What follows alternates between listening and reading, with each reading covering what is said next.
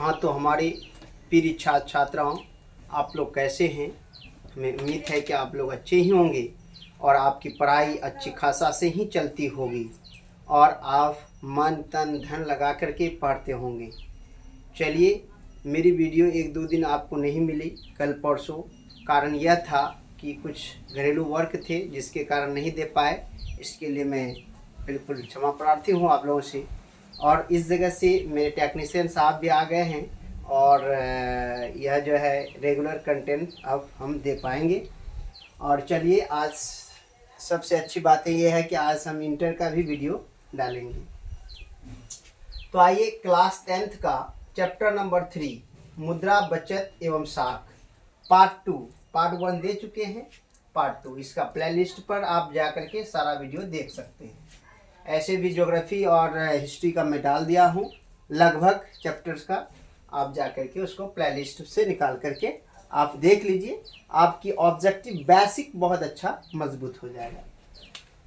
तो चलिए, पहला है मुद्रा के प्रयोग से किसको लाभ हुआ है?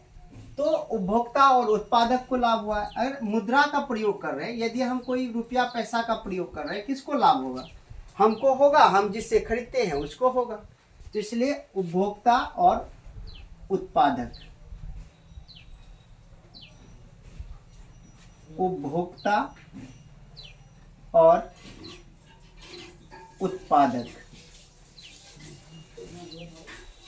उत्पादक को लाभ हुआ है। उपभोक्ता और उत्पादक को लाभ हुआ है। बचत को प्रभावित करने वाला प्रमुख तत्व है। तो आप याद रखेंगे, बचत को जो प्रभावित करेगा तो प्रमुख तत्व क्या है? तो आपका क्षमता, इच्छा और सुविधा। क्या होगा?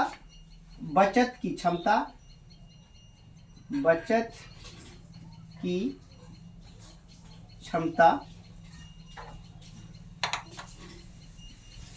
बचत की इच्छा, बचत की इच्छा और बचत की क्षमता, बचत की इच्छा और बचत की सुविधा, बचत की सुविधा, बचत की सुविधा इत्यादि। तो ये प्रभावित करते किसको? बचत को प्रभावित करते। किसको प्रभावित करता है? बचत को। मुद्रा के प्रयोग से किसको प्रोत्साहन मिला है? मुद्रा का जो प्रयोग करेंगे, प्रोत्साहन किसको मिला? तो बचत को और पूंजी को। किसको? बचत और पूंजी को। बचत और पूंजी को प्रोत्साहन मिला है। पूंजी का निर्माण होता है। तो पूंजी का निर्माण जो होगा तो कब होगा? बचत से होगा। पूंजी का निर्माण कैसे होगा? जब आप बचाइएगा, आप अगर 500 रुपया कमाते हैं, 300 रुपया खा गए, लेकिन 200 रुपया अगर बचत कर लिए, तो रख लिए, तो वह धीरे धीरे धीरे धीरे धीरे धीरे धीरे क्या हो जाएगा? आपका एक पूंजी हो जाएगा। तो जब आप बचत होगी तब ना पूंजी होगी। तो कहने का मतलब पूंजी का निर्माण होता है किससे? बचत से। किससे होता है? बचत से। बचत से। मुद्रा वह धुरी है, मुद्रा वह धुरी है जिसके चारों ओर अर्थ विज्ञान घूमता है। अर्थ विज्ञान घूमता है। यह किस अर्थशास्त्री ने कहा है? तो आइए, प्रोफेसर मार्शल साहब ने कहा था। प्रोफेसर मार्शल साहब, प्रोफेसर मार्शल साहब ने कहा था।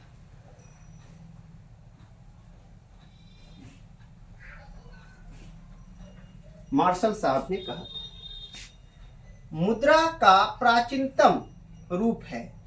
तो मुद्रा, सबसे पहले मुद्रा जो होता था तो वह वस्तु मुद्रा का ही उपयोग होता था। किसका? वस्तु मुद्रा। याद रखेंगे, कौन सा? वस्तु मुद्रा। वस्तु मुद्रा में ढेर सारी परेशानियां हुई। वस्तु मुद्रा, जिसके बाद धातु मुद्रा आया। कौन सा मुद्रा है? धातु मुद्रा। तो विनिमय की प्राचीनतम अवस्था मनुष्य का व्यापार किस पर आधारित था? तो देखिए, विनिमय की प्रारंभिक अवस्था में मनुष्य का व्यापार किस पर आधारित था? तो याद रखेंगे माय डियर, ये आधारित किस पर था? वस्तु मुद्रा पर, वस्तु पर आधारित था। विनिमय, देखिए विनिमय की प्रारंभिक अवस्था, तो विनिमय का प्रारंभिक अवस्था था क्या था? वस्तु मुद्रा का प्रयोग, वस्तु मुद्रा के रूप में विनिमय होता था। तो यहां लिखेंगे वस्तु मुद्रा, वस्तु विनिमय, विनिमय, वस्तु विनिमय पर आधारित। किस पर था? वस्तु विनिमय पर आधारित। मुद्रा वह है जो मुद्रा का कार्य करती है। मुद्रा का यह परिभाषा किसने दिया था? हार्टले विदर्स ने दिया था। कौन दिया था? मुद्रा वह है जो मुद्रा का कार्य करती है। यह परिभाषा किसने दिया? तो हार्टले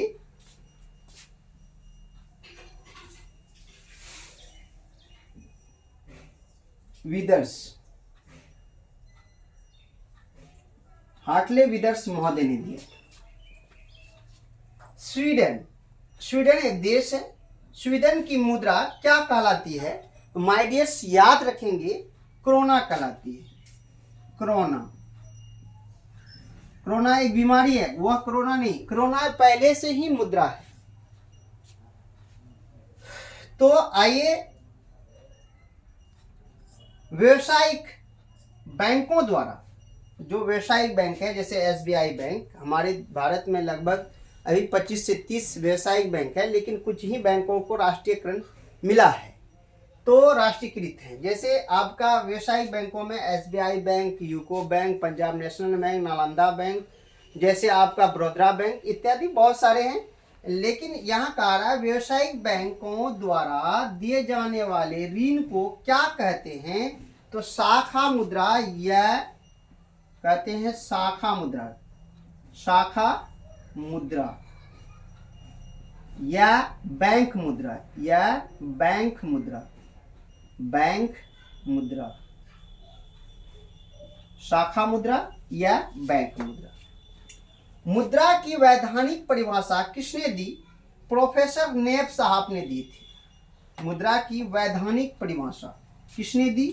प्रोफेसर नेप साहब, प्रोफेसर नेप साहब ने दिया था। नेक्स्ट, मुद्रा के प्रमुख कार्य हैं। तो मुद्रा के कार्य ऐसे 4 हैं: संचय, विनिमय, मापन, और एक हुआ आपका संचय, मूल्य मापक, संचय, विनिमय, और एक और है। तो 4 याद रखेंगे, मुद्रा के 4 मुख्य कार्य हैं, जिसमें है विनिमय,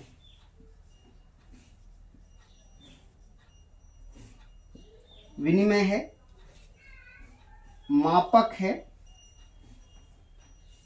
संचय है,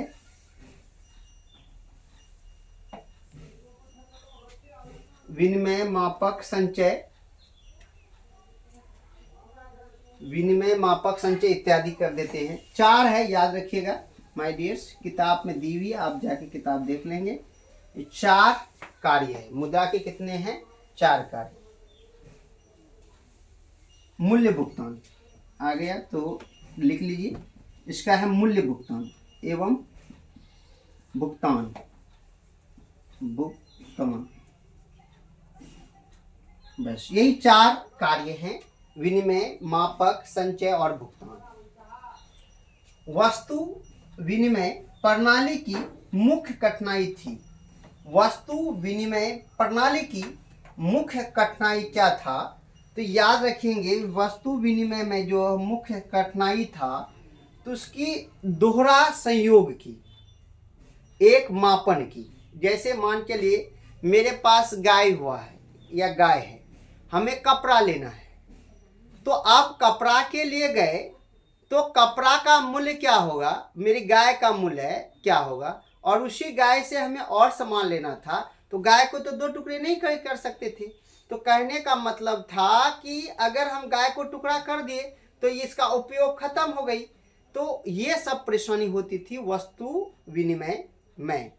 तो जब वस्तु विनिमय प्रणाली हमारे देश में चल रहे थे तो कठिनाई यही सब आता था। एक तो मूल्य मापन नहीं कर सकते थे, भुगतान का परेशानी चल रहा था, दोहरा सहयोग का, जैसे मेरे पास गेहूं है और हमें लेना है दही, अब दही वाला आया ही नहीं है, तो ये दोहरी सहयोग होता था, सहयोग हो जाती थी। तभी क्या होता था, दही लेके गए, गेहूं ले लिए, धान ले लिए, जो मिला ले लिए। तो वस्तु विनिमय प्रणाली में यही होता था।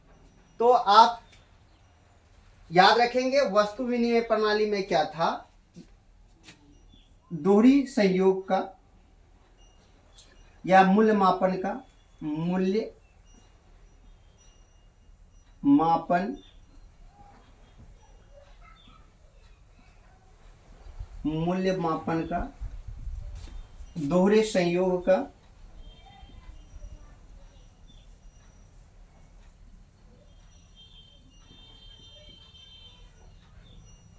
इत्यादि कर दीजिए। ये सब कठिनाई होती थी, बहुत सारी कठिनाई है, 8-9 कठिनाई है, आप किताब में दे सकते हैं।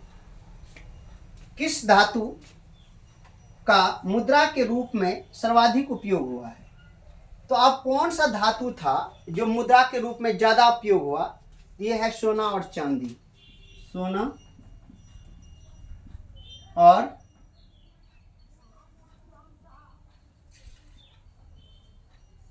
चांदी, याद रखेंगे, सोना और चांदी, गोल्ड और सिल्वर, गोल्ड एंड सिल्वर का ज्यादा उपयोग हुआ। भारत में करेंसी नोट कौन जारी कर सकता है? तो करेंसी नोट्स जानते हैं आपको, आरबीआई। कौन? आरबीआई, भारतीय रिजर्व बैंक, भारतीय रिजर्व बैंक,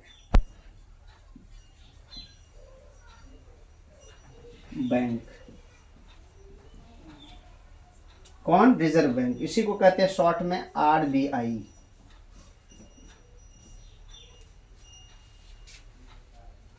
उसके बाद इराक, इराक की मुद्रा क्या है? तो याद रखेंगे इराक की मुद्रा दिनार है। क्या है? दिनार। इराक की मुद्रा क्या है माय डियर्स? दिनार। टका, टका किस देश की मुद्रा है? तो टका जो है आपका बांग्लादेश की मुद्रा है, बांग्लादेश।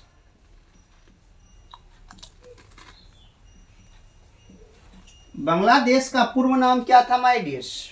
पूर्वी पाकिस्तान। याद रखेंगे, इसकी निर्माण 1971 में हुआ।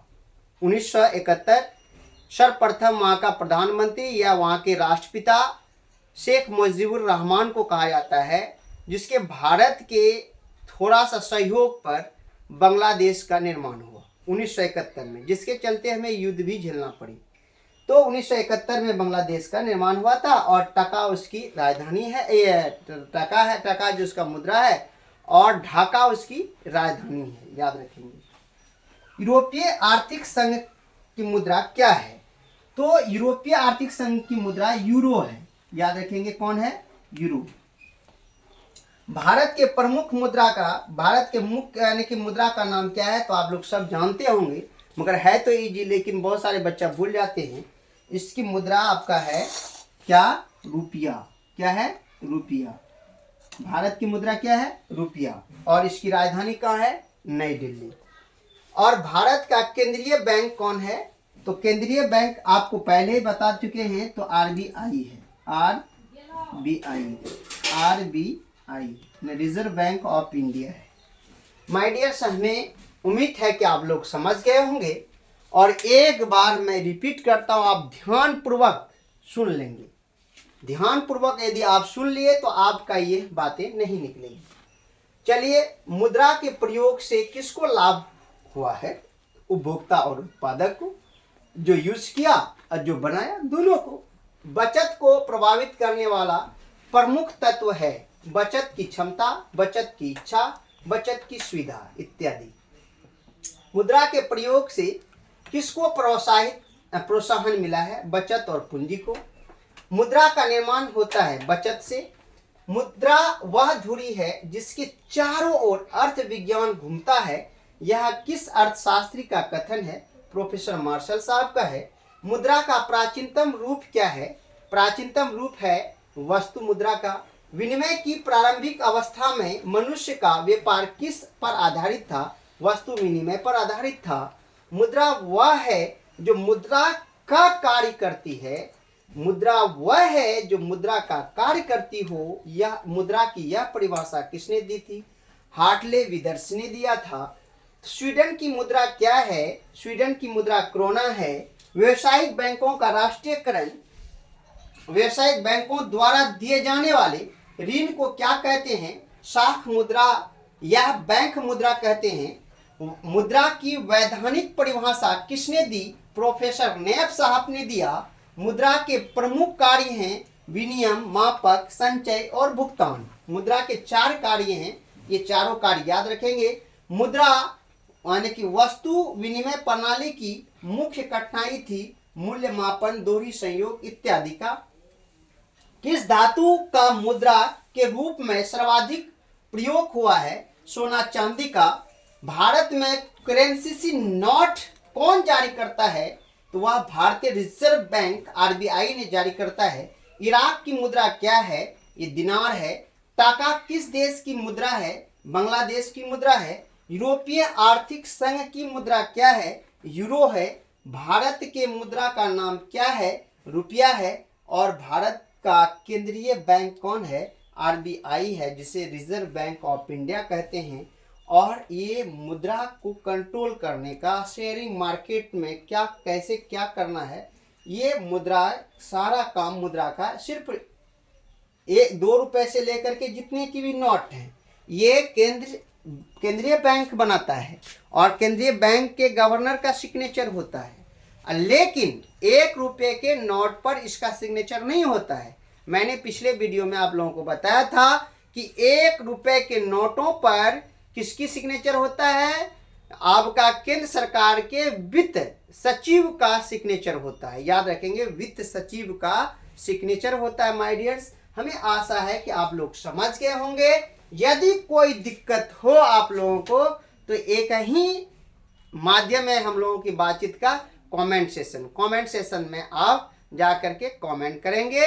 अच्छा लगा है, अगर वीडियो आपको पसंद आया है तो लाइक बटन जरूर दबाएंगे और दोस्तों में शेयर करेंगे। अगर चैनल पर नहीं है तो चैनल को सब्सक्राइब करके इस परिवार का आप अभिन्न अंग बने, जिससे आपको बहुत ज़्यादा फायदा मिलेगा और आगे भविष्य में भी फायदा इससे आपको मिलेगी। इसी के साथ मैं अपनी वाणी को विराम देता हूँ। जय हिंद, जय भारत।